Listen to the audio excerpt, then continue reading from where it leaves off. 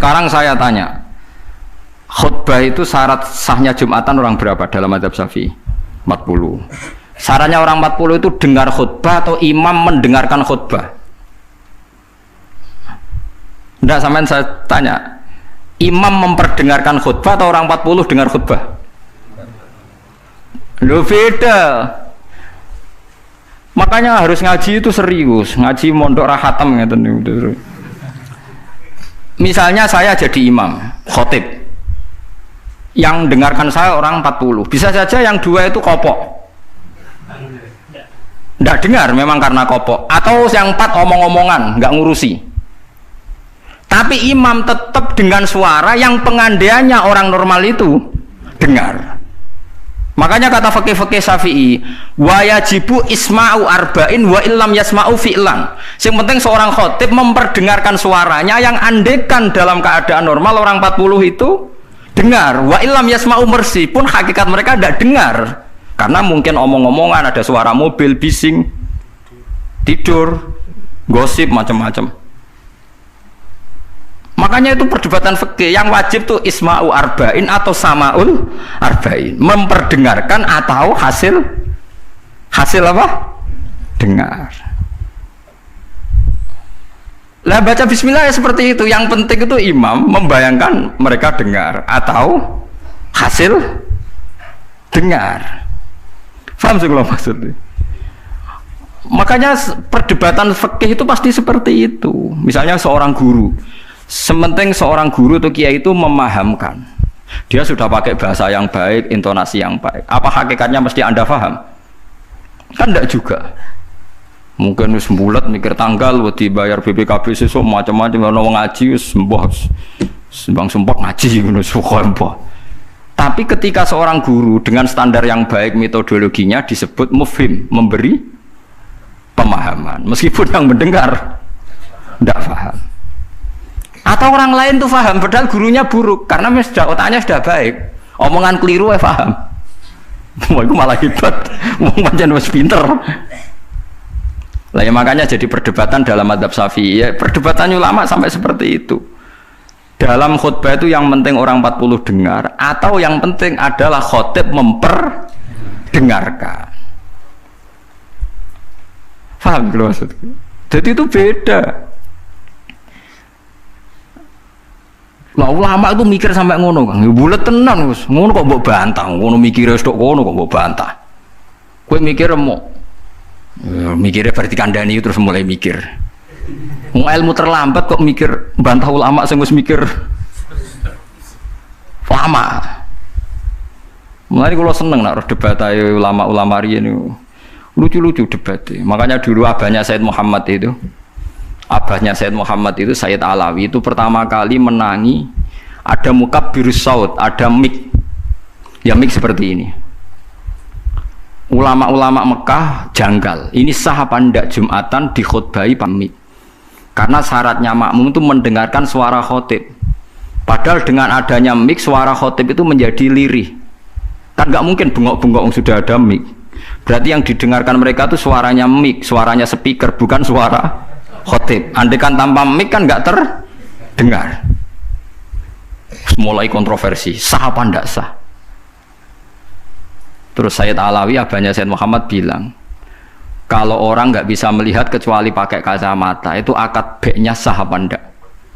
Karena kalau sah berarti dia yang lihat itu tidak dia, tapi pakai kacamata. Wong kalau kacamata yang dicopot, nggak bisa melihat. Oh ya enggak sah. Berarti enak dia jadi orang yang enggak pernah maksiat karena melihat perempuan di mana-mana juga dianggap enggak melihat. Mulane ana santri beling nang delok wong wedok jare delok kokoco. Perkarane gak delok wong wedok tapi delok gambare wong wedok. Berarti wong kacamataan ora tau maksiat. Tapi cara kula luwih maksiat meneh karena dia kalau marung itu jual belinya enggak sah terus. Berarti makan barang haram terus. Ya tuh. Kalau orang pakai kacamata melihat perempuan tidak dosa, berarti kalau dia jual beli juga tidak sah. Berarti kalau makan haram, jual belinya tidak sah. Terus semenjak itu ulama-ulama Wahabi mulai mentoleransi, ya sudah gitu aja kok repot, sudah anggap nopo sah.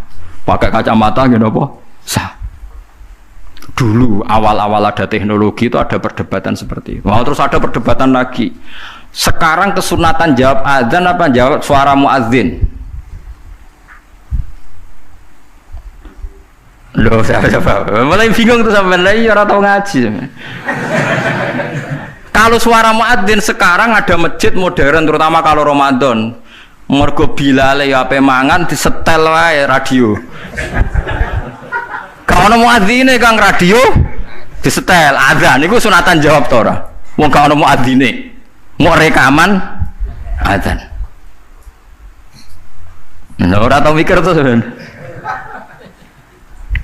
Ya ono kiai kados teng daerah sarang biasa, wonten adzan teng masjid napa-napa sing radiusnya kan 1 kilo. Ngaji diterusno. Alasannya ini tidak suara muadzin, andai kan tidak pakai speaker kita tidak dengar. Ya dianggapnya tidak dengar, tenang aja macam. Karena sekarang tuh repot kan. Tapi kalau melihat azan tuh kalimat yang sakral, mendengar kalimat sakral, misalnya, sampai saya tanya, kesunatannya itu mendengarkan bacaan Quran atau mendengarkan pembaca Quran? Bacaan Quran kan, kamu yakin kan kalau rekaman Quran didengarkan sunat enggak? Sunat, padahal tidak ada yang baca. Karena yang sunat memang mendengarkan bacaan Quran, bukan pembaca, bukan mendengar pembaca Quran. Lah ulama mikir nganti kok ora pusing. Ngono mikir abot ngono jebule wong sowan mau njuk pangestune kula pengen buka toko. Waduh. Musibah. Mikir tenan-tenan jebule konsumennya mau takok njuk donga perkara buka napa? Toko ben laris. Nak ra laris nyalahno jare dungane ra mati. Nak laris jare perkara dekne telaten buka. Aduh seloro kabeh dadi ulama. Mane kula jak istisqa ora pati gelem. Oh niku misale udan jare musim wae. Nak ra udan jare kiai ne ra mandi bareng udan jare wis musim mergo Desember. Lah niki kiai teng daerah kula wis pinter ngejak istisqa kok orang musim udan do gak gelem. Takok kiai sing ahli falak, iki musim to urung dereng, ampun sakniki istisqa. Yakin kula radio kula niku kiai dadi melok dil-dile niku dadi kula. Dadi ana kiai sing ahli falak iku. Ampun sakniki niki dereng musim, demen isin maksudnya. Wah, kiai saiki sudah pinter Kang, sudah akeh. Lah dikritik terus ora ono sing nyalami templek, mbok dikritik tok atok diakali ae. Bareng wis diitung musim hujan kira-kira udane Selasa, istisqa Senin. Mandi Kang rinane udan. Mergo daerah liya sing ra istisqa ya udan juga. Terus wayahe. Lho nek nabi beda Kang, nabi ku iso ngatur malaikat udan, gak wani Kang malaikat. Nabi ku wong paling diwedeni malaikat sak donya. Dadi ketika nabi khutbah ana wong desa ya Rasulullah halakatil amwal donya rusak gara-gara ana udan ngene-ngene.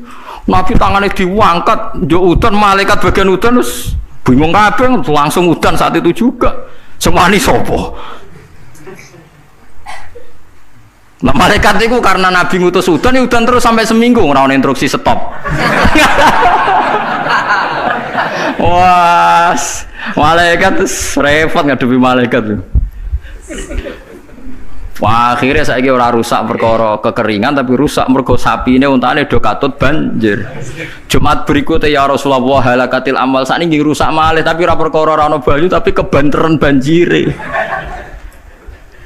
Wah, akhirnya Nabi ndonga meneh mau didelok tok langit. Allahumma khawalena wala alena mandek. Mulane Abu Hanifah itu menolak sholat istisqa. Dia bilang ketika Nabi dulu itu tidak istisqa, cukup sambil khutbah beliau donga. Tapi Nabi mandi kan rasa istisqa, rasa lapangan, rasa macam-macam. Nabi sing so nandingi Nabi sinten. Nah kita kan akeh-akeh ra mandi kan. Satu ilmiah sithik wae. Iki rong musim yo enteni sabar wis ngono jujur ae. Allah kagungan adat ana musim shawaf, rabi, kharif. Musim piro sekawan ki ana falak ya. Iya sekawan ki. Kharif kula ora Arabe kharif, rabi, sita, shawaf. Rabi kok cara kene apa? Ora rendeng ya ora ketiga apa kan? Semi, ora Eropa kan ora mareng ya, mareng. Rabi labo, sita musim hujan, shawaf musim ketiga. difahami terus dadi kiai ku angel. Mulane ulama-ulama sakniki sering berdebat ngoten. Yang penting itu orang 40 mendengar atau khotibnya memperdengarkan. Makanya suara muadzin itu kita menjawab suara muadzin pas suara speaker. Karena kalau sekarang rusak kabeh. Sama dulu teng kitab fikih misalnya teng Fathul Wahhab, teng Fathul Muin.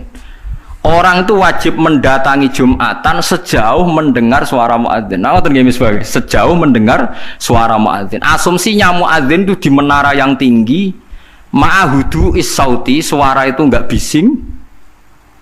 Berarti kira-kira itu hanya sekitar 500 meter. Ngantos sak kilo nggih, Pak. Mboten nganti kan.